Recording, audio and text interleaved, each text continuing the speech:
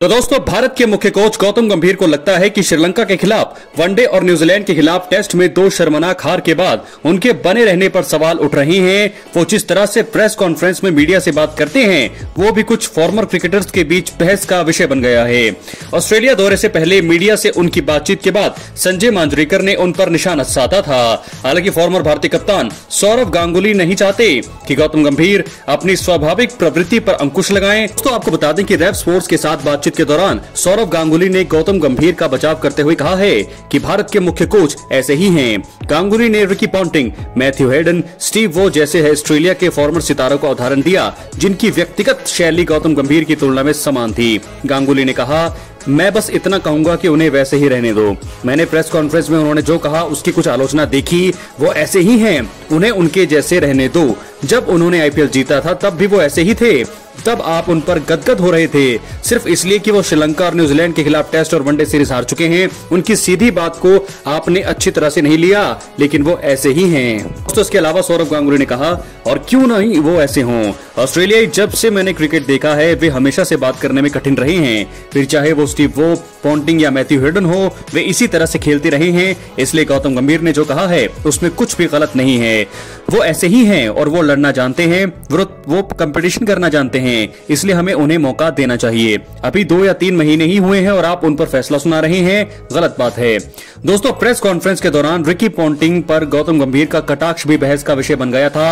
हालांकि गांगुली का मानना है कि लोगों को उन्हें अपनी बात कहने का मौका देना चाहिए, क्योंकि वो ऐसे ही हैं। उन्होंने कहा, कोई बात नहीं, उन्हें जो कुछ भी पसंद है उसे कहने दें, क्योंकि इससे उन्हें मदद मिलेगी।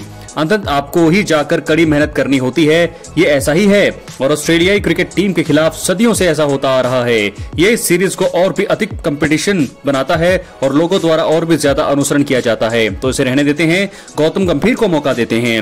आपने उन्हें नौकरी दे दी है, 2 महीने में आप उन पर फैसला नहीं सुना सकते। मुझे पता है कि अगले कुछ महीने ये उनके लिए बहुत ही कठिन होगा। ऑस्ट्रेलिया में 5 टेस्ट मैच, फिर चैंपियंस ट्रॉफी, ये गंभीर के व्यक्तित्व के बारे में फैसला करेगा। इसलिए मेरे नजरिए से उन्हें एक मौका दीजिए और उनके साथ ज्यादा सख्ती नहीं बरतना चाहूंगा। तो दोस्तों, इस प्रकार उन्हें उनकी तरह से काम करने दे। आलोचना झेल रहे गौतम गंभीर को मिला सौरव गांगुली का समर्थन। क्या है आपकी राय? कमेंट बॉक्स में जरूर दें। आपको बता दें कि सौरव गांगुली की कप्तानी में ही गौतम गंभीर ने अपना क्रिकेट खेलना शुरू किया। बहुत सारी चीजें वो सीखते हैं, तो ऐसे में बहुत ही तगड़ा समर्थन यहाँ पर मिल चुका है गौतम गंभीर को। तो दोस्तों, ऐसे में देखना होगा, और मेरी भी यही राय है कि गौतम गंभीर को सिर्फ अभी 2 ही सीरीज में उन्हें हार का सामना करना पड़ा है। श्रीलंका के खिलाफ उन्हें वनडे सीरीज में क्लीन स्वीप होना पड़ा, उसके बाद न्यूजीलैंड के खिलाफ 3-0 से क्लीन स्वीप होना पड़ा धरती पर। तो ऐसे में सवाल तो है, उन पर उठ रहे हैं जरूर, लेकिन अभी उनकी बतौर शुरुआती है, बतौर हेड कोच, तो ऐसे में उन्हें मौका अभी भी मिलना चाहिए। अभी हम ये डिसाइड नहीं कर सकते कि गौतम गंभीर जो है गलत कर रहे हैं, उन्हें हटा देना चाहिए, क्योंकि अभी उनकी कोचिंग करियर की शुरुआत ही है। तो ऐसे में अभी बड़ी सीरीज आना बाकी है, और मेरे हिसाब से 5 मैचों की टेस्ट सीरीज के बाद और चैंपियंस ट्रॉफी के बाद ही